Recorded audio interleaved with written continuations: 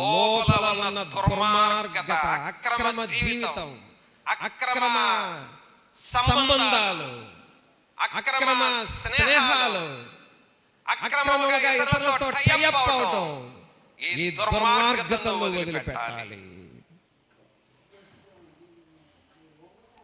నీ అభివృద్ధి ఆగిపోవడానికి ఈ అక్రమ జీవితమే.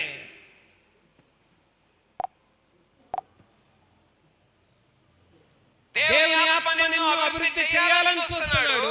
ఈ దుర్మార్గపు పనులు దేవునిని వదిలిపెట్టి లోకముతో కలుస్తూ ఉన్న ఆ పనులు నిన్ను ఆపుతూ ఉన్నాయి, అణుస్తూ ఉన్నాయి. వీటిని నువ్వు తీసివేసుకోవాలి.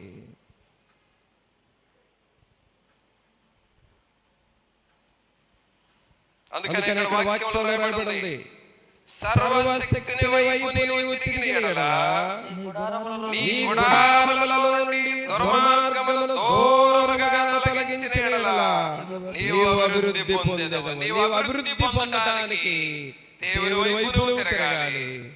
నీ గుడారములో ఉన్న దుర్మార్గతను తీసివేయాలి. అయితే పిల్లలారా, ఇది అంత సింపుల్ విషయం కాదండి.